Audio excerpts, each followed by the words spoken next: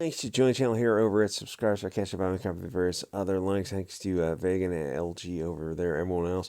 So Tucker, CIA, Carlson, and Dawn Glowing Lemon are out of their respective places.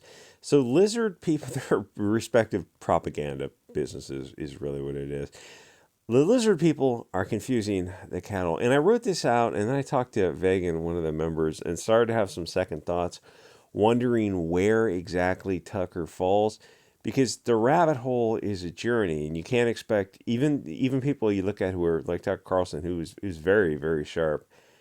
It still takes time to arrive, at the end, and it's like to expect everyone to be on board on the same page is, I guess, maybe a little bit. Anyway, so Red Dawn Radio on Rumble showed a few clips that showed Tucker to be a bit more naive about some of these ultimate questions than I had assumed, which is weird because he was talking about how he had just started to learn that the media was part of the system of control, and that the media wasn't the media; it was to push a narrative, and that there's a small group actually in charge. He did some interview with some what looked like a 20-year-old kid, and he was saying that kind of stuff off the cuff. So like I really don't know. I'm such a natural cynic that just I want to say anyone who's in the mainstream is going to be cancer, but I saw a couple of those clips. I'm like, I might have to just kind of sit back and let this develop. And then there's the issue of I'll call it the domino machines, and the tactical issue of Larry Fink at BlackRock suing Larry Fink and then settling with Larry Fink. The issue is the impression that that gave the average person, because they go, oh, it's a settlement, it's $800 million. It's like, yeah, what do you what do you think what do you think that proves? Oh, well, they were wrong, or it was the everything was valid. It's like, it doesn't prove anything. It's a settlement.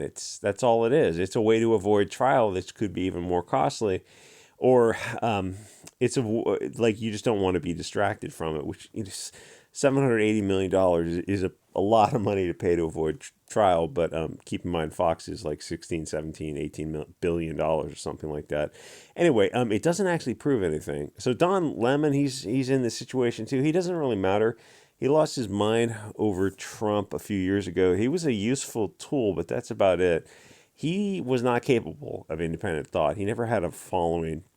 He's a Pox BLT with TDS. So the Venn diagram is pretty small. He'd be better off starting a gardening channel on YouTube, or just going, you know what I mean, going into a different direction to be a talking head on the news.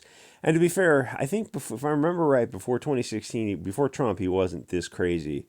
And then there's just a lot of people in the mainstream media. There's been a lot of shakeups lately, but like Trump changed the media quite a bit because they became dependent on him. That was what the mainstream MSNBC, CNN was like, the Trump bashing media networks. And when he got out in 2020, you saw their ratings take a nosedive. I don't think they've recovered, because the point of the media is to hear, people's opinions on things. And it's like Saturday Night Live. It's like, well, there's no difference between Saturday Night Live and MSNBC and CNN. You're just hearing the same opinion. It's just this far left wing perspective. It's not and it's not a balanced approach. And no, Fox is not a far right wing perspective at all. It's just more con ops. Anyway, he was just kind of a useful tool. But to say like who Don Lemon's audience is exactly, kind of hard to put your finger on that. Tucker is different than all these other people who have been, these tumultuous times have come and gone from these media networks. Like, you can ignore Megyn Kelly, but Tucker's like, your ears perk up. He is somebody in a way that Dan Bongino is not. Even though Dan Bongino, I think, is on Rumble. He's got I think he was doing a live stream this morning. I think he had like 60,000 people on a live stream, and Steven Crowder had like 130,000 people on a Rumble live stream. That's like, that is, I look at Rumble, I go, oh, Rumble is starting to actually become something.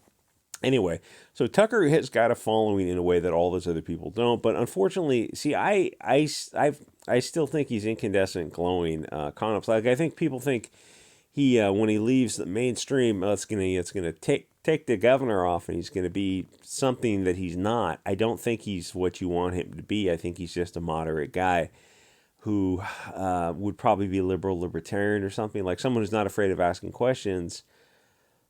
But I don't think he's who you think he is. Like there's these people, these Alex Jones and I think Tucker, who like they still think the system can work. They still think, oh, we can all come together and teamwork. And it's like I look around, like no, that ship has sailed. Like there's no way that's going to happen.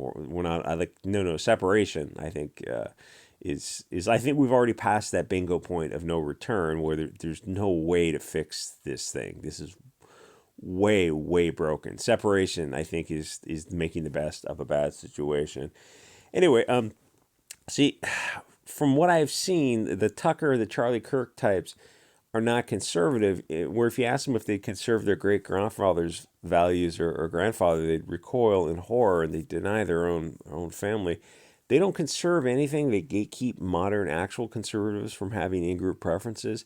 So anyway, Fox needed Tucker more, but I mean, keep in mind, Fox is more than just the whatever his 8 p.m. time slot was. Fox is a big network, and Tucker's a big part of it. But Fox has got sports and I don't know whatever else they have, and like streaming programs, and Tucker is a big part of it. But he's not. I mean, it's for the totality of the $18 billion enterprise of Fox. He's not in that big a part of it. But it is a loss for Fox. It's a loss for Tucker also, because Fox is a huge megaphone for the scope of the limited scope, the narrow scope of the globalist approved message that Tucker can address on Fox. So it's like it was better than nothing, but maybe it'll be. I mean, it'll like you got to give him a chance to. OAN, One American News, has I think offered him $25 million, which the real shocker is I didn't know OAN had that kind of money. Now, I remember when Daily Wire was offering Steven Crowder like $50 million or something.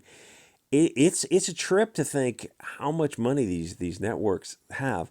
Anyway, so Fox was a big but limited megaphone. Wherever Tuck goes, he's gonna bring a lot of people with him, but it's still a reset for him. He's gonna have to start again at a smaller level. But Tuck is different than Megyn Kelly or Bill O'Reilly and a bunch of these other people who. Those people did not have. They didn't have a following. By following means like they didn't really have people who were going to follow him around. They were just part of the machine. Tuck has got an audience in a way that the others don't. So Tuck, if he wants to go to One American News Network or something like that and actually have a decent alt media show, he definitely can. But I don't think he's a right wing. See, now I'm kind of watching myself a little bit more closely because I'm hearing arguments on this both sides.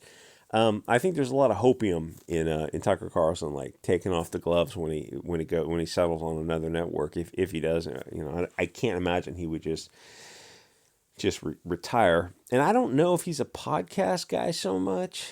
I'm not exactly sure where he wants to go.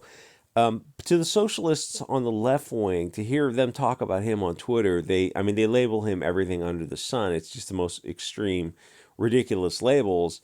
But I think if you look at his views, I don't think he's as far right as people seem to think he is.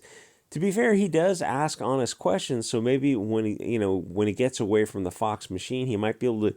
We might be able to start trying to move him a little bit further to asking more and more questions. Like there should be no sacred cows. The truth doesn't fear investigation. That kind of stuff. It's like, hey, ask more and more questions. Like have guests on. Like talk to people who are not pre-approved by your handlers. You know what I mean? Like no matter where he goes, there's going to be a wider scope of discussion. And if he goes to One American News Network, and there's not a chance in hell he'll do that, that scope of discussion is very wide if you're familiar with OAN. The thing is, I think it says more about the political window that the current right wing considers Tucker on the right. And as for Don Lemon, it doesn't matter what he does. He's not playing with a full deck. He's a liability. And so were Megyn Kelly and Bill O'Reilly and whoever else were coming in and out of these doors of all these other networks. Tucker is different. He's got a chance to absolutely pull some core audience from Fox that will not return, but that's kind of a function of the media is dying a little bit. It's not going to happen overnight, but it is slowly dying, as well as Hollywood too. Like if you told me that 5, 10 years ago that I would look at Disney in a different way, or Warner Bros. All these companies to think like, no, all of Hollywood is dying. You're like, what killed it? Wokeness. And like 10 years ago, like what is wokeness? It's like, oh, it's like all the preachy bits when they put in movies where they're lecturing you about it, but they're gonna get really egregious. And it's like, come on, how bad can they get? And then you watch current stuff, Batman and his Batgirl, like talking about how much they hate people of European descent. You're like, oh, it can get actually pretty bad. Anyway, Fox is absolute cancer, but unfortunately, I think they're going to be just fine without Tucker. I think the audience is over. I know people like they look at the Anheuser-Busch took a little dip, and it's like it took a dip. I think it's going to be just fine. Fox took a like $1 billion dip when they heard of Tuck leaving, but that's like just market instability. When you hear of any kind of big news, people are cutting their losses. I think Fox is going to be fine. The audience is mostly over 60. Tucker's got a younger audience, which is what you want. The younger, there's the prime time audience, but Fox is going to lose some of the audience and not going to get it back. But I don't think it's going to affect the bottom line. But I think all mainstream dinosaur media is on the decline. I think the growth is definitely an alternative media. It's for a younger audience, and there's that window of as time moves forward, the older MSNBC is aging out, and they're not replacing their audience at the rate, I don't think, but the alt media is growing. And it might be more noticeable on the right because there is no right wing media in the mainstream. If you think Fox is not right wing. If you have to put things on a spectrum, you realize like all those, I don't even know if I can name them on YouTube, but like the Andrew Anglins, he's got a website on it's always getting shut down, and like the National Vanguard or National Justice Party or the Information Liberation's a new one. There's a bunch of these, and there's a bunch of these other websites. I can't remember the name of them. I got them all bookmarked. I check them out every now and then. It's like those are right wing. Those are right wing websites. Like they're on the spectrum. That is I would say that Andrew Anglin's is the furthest right. It's kind of like it's kind of silly because it's a comedy. He's doing things with a sense of humor. It's like you don't like you could take yourself seriously and make like a real. I don't know. That's the end of the spectrum of the right wing. Fox is light years away from that. In fact, in the total spectrum, Fox is actually much closer to CNN than like National Vanguard is to either one of them. So it's like, oh well, those don't count. Those are literally Hugo Boss sites. It's like they're not, or they're mostly not. But you're also saying that Fox is also literally Hugo Boss. It's like, well, those are super duper Hugo Boss. I don't think any of them are Hugo Boss. Mostly, maybe there's a few out there I don't know of, but like they're just labeling that for anything, and they're refusing to admit that the spectrum is real. So my point of view is that anything is the mainstream media, left or right, I think is way out of touch with their audience, and eventually the numbers are going to reflect that. But also anything that hurts Fox is good. If people can't find a mainstream right of center perspective, they're going to find a network that represents their views, which means the alt media is going to get a bigger audience, which is absolutely needed. We got to have new free speech platforms and further right networks. The one I think One American News is probably the biggest further right platform out there, and then the mainstream, the machine, the Matrix people banned them from everywhere. All the payment processors, and they're not in the search engines, and they're kicked off mainstream social media. It's like, gee, it's kind of weird. What's so scary about OAN?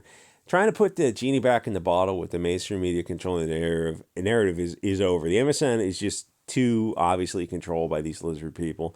90% of the media is controlled by like 3 companies, and the narrative, it's like, that's a far right wing dog whistle. Oh, it's actually true. Well, the truth is a dog whistle. No, the truth is just the truth, and the further you stray from it, I think the more offended people get by people who try to shine a light on it. And the narrative is all pointing to globalism. So where do we go for a nationalist perspective?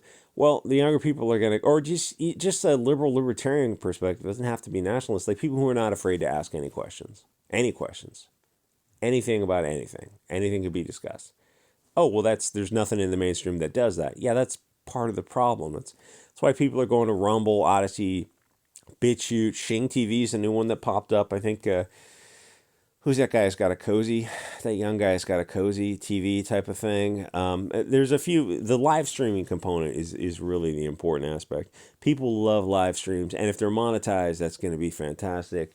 Maybe eventually a few of these companies will get together and figure out like a super site. Twitter X, I don't know if they have a live streaming system yet. That'll kind of be the best left of center site. Yes, yes, Twitter's is left of center. It's still left of center. Though Elon Musk, I don't know. I just don't know. But I mean, the right people hate him, so you never know. Gab TV will probably be the best of the center right type of. If they get a live streaming add-on, that would probably be the best right-wing alternative site, because Torba is very much dedicated to free speech. Kaufman at Odyssey said he was dedicated to free speech, but as it turns out, if you follow Handsome Truth over there, he who got kicked off. Almond, he was a bit much, but it's like he was still legal, constitutionally protected speech. Maybe a bit edgy, but he got kicked off. It's like so that like you're just telling us that Odyssey's not a free speech site anymore. Or so we really got to have hopefully Gab TV gets a live streaming app. That would probably be the next big thing. Anyway, like, comment, subscribe, join here, become a member, and you can talk to almost spoken the royal we. Talk to us behind the scenes about videos or over at Subscribestar, and I'll see you guys all next episode.